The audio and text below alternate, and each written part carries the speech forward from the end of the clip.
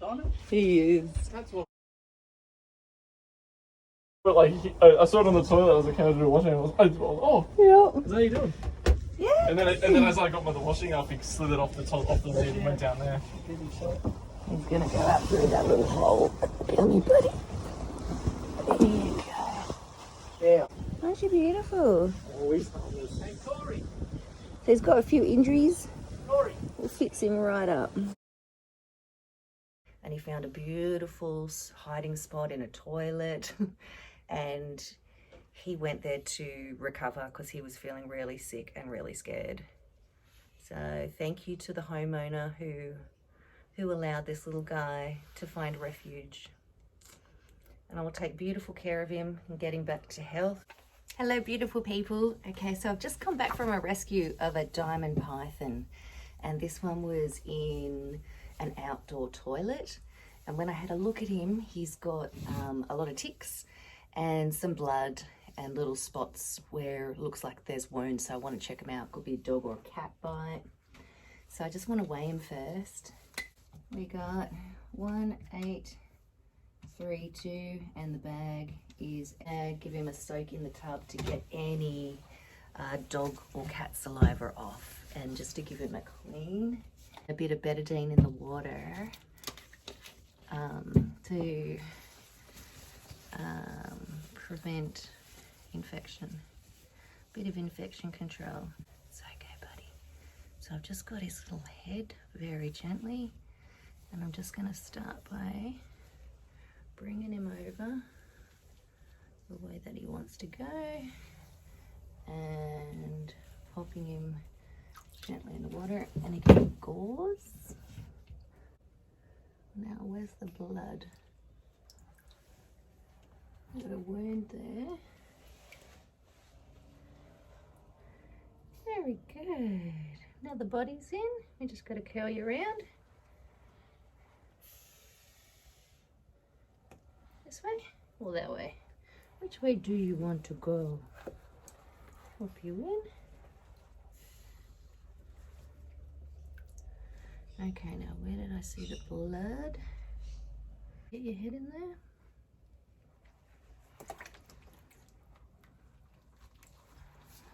So this is a wild diamond python.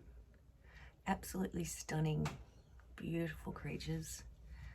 And you can see here on his head the ticks. We got a wound here where there's blood, and also ticks sitting inside the blood. So I'm wondering if the ticks were attracted to the wound punctures and the blood. You're doing great. They can just assist in putting antiseptic on that wound. It was found in a outdoor toilet, so I think he was trying to escape from whatever bit him, and probably trying to cool down because it was a really hot day today. And I think with the amount of ticks on him, he's probably got like a little compromised immune system. An overburden of ticks normally indicate that their immune system's pretty low, and that's something, he's got a bit of an infection, possibly from the I'm just having a look. I've got my glasses on so I can see properly. Just having a look. I think this is a cat attack because the punctures itself are really quite small. I don't know if you can see that. There's a lot of ticks there, so it's kind of hard to see the actual puncture, but there's one here. So I'd say this is a cat attack. So I'm using the betadine so that we get all the cat saliva off him. And he's actually coping really well with this, which is pretty cool for a wild snake. Although these guys, when they come in, they do tend to understand that I'm trying to help them. It's normally when they've completely recovered that they then start biting me and getting their little sassy snaky back on. So what I'm going to do is pop him back in the bag. I'll get a different bag. This is a clean bag now. And just in case there was any ticks in this one or any parasites. So that one's going in the wash. So we go in here now that he's nice and clean. And I'm gonna try, someone gave me this little funky tick remover. I'm gonna try and find it. So the next thing I'm gonna do, we've given him his antibiotic injections. Unfortunately, I can't find the little tick remover that someone got me. So I'm gonna have to do it the old school way, which is my tried and trusted way. So I'm just gonna very gently find his head. And he's really trying to get away. Come on, my darling. If I can see any ticks prior to that, I will get them off. Give me your head, sweetie, because let's start there. And then we'll work down. So I'm just going to hold his head very gently. And I'm going to grab the tip of the tick, not the end. And just pull it. Little buggers. I'm going to put it down, hopefully, when I hopefully he doesn't walk off. Okay, next one. Snaky is doing really well. Grab it by the head. Got a little so-and-so. Okay, try and get it by the head. They're really, really nasty little parasites, and this one's got an overburden of them, which does indicate that this snake has got a compromised immune system.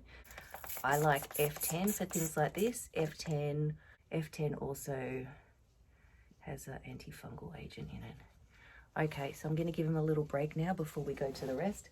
And now I'm going to retrieve my little ticks. So far, this one's crawling up the tweezers. Little bugger, get in there. I don't want to lose them this time. They're all crawling around. Have to donate these to the university. Mental note, try and sort of just give him a little bit of ease by keeping the head covered.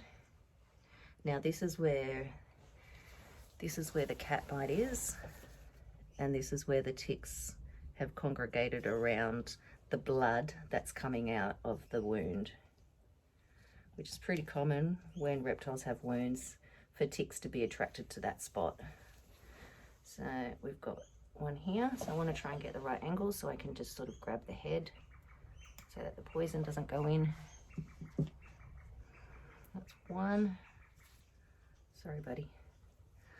Let me let you go so you can readjust yourself. Another one here. Let's see if F10 can kill ticks. A little interesting experiment. So Snaky is looking pretty relaxed. Aren't you, sweetie? Yeah.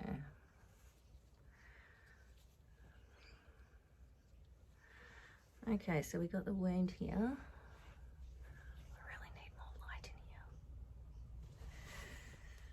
So hard to see the little ticks. So there'll be a lot of ticks that are embedded inside the scales. Now we've got a lump here, and that's a hard type of lump. I'd like to know what's in that because it doesn't feel like a Sparganosis worm. Sparganosis worms feel a bit soft and they have a lump and they're soft. This one feels hard. I'm gonna keep an eye on that spot there.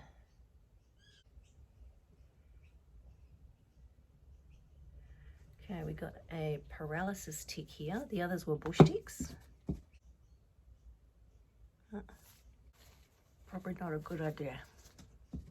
I need some funky headgear with torches on it and a tick retriever. This snake is so patient. Look at him, little patient thing. He's so sweet for a wild snake. That's why I can't believe people kill these things. Like, look how adorable this thing is. Just had his head on my hand, relaxing. He's just been attacked by a cat. You'd think he'd have a lot of anger inside of him and he'd be flailing around, but no, he's pretty relaxed. He's got some soft tissue swelling here. Bush tick.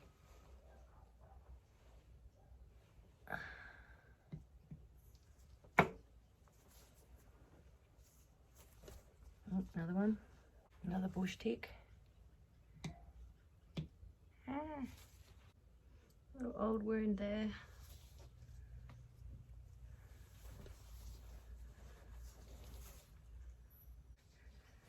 for the intake check is just check inside his little mouth. So have a little looky, the colour. You're doing great. It worked. So the F10 spraying on him, hated it, decided to jump off. Okay, trial and error, that was bloody brilliant. Can spray F10 on him and that repels ticks. Fan-bloody-tastic. Okay, so beautiful diamond python. So these guys, as I was saying, they scale right up trees. Absolutely sensational snakes. Just magnificent. Look at that muscle tone. Look at the colour.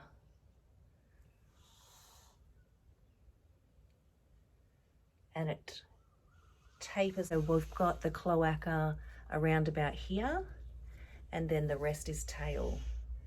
So a lot shorter tail than the common tree snake. So we've got beautiful muscle tone, beautiful strength, absolutely spectacular snake, apart from being attacked by a cat, and some interesting calcified lumps. So I'll work out what they are. Might research and ask a few exotic vets and find out what that might be. As you can see, look at the colour of the tummy. These diamond pythons, they just have to be one of my favourite snakes in the whole world. Just magnificent. So this guy's going to be bunking in with me until he finishes his antibiotics from the cat attack. And then he's going back home. Came from, except for not in the toilet. Okay, buddy? To complete hunting all the rats and mice in around your yard and preventing them from taking over. So these guys, they do so much good for our environment. They're good to have around. All right, guys, till next time. Okay, so we've got the ticks that we pulled off, well, some of the ticks that we pulled off the diamond python, and I put them in F10, and I sprayed a little bit of F10 on the snake. And when I sprayed the F10 on the snake, some of these ticks actually just fell straight off without me pulling them off. So I thought, I'm going to try soaking them in a little bit of F10 and see what happens. Anyone moving? I think I saw a little bit of movement in you. Pretty sure you're gonna. I'm going to see what happens, because I only just put them in there, so they've only been in there for like 5 minutes. So I'm going to put them back in there and see, and check them again in say an hour and see if they're dead. But one thing I can confirm is that when I sprayed the F10 on the snake, the ticks came off. So whether it actually kills them or just repels them is another study.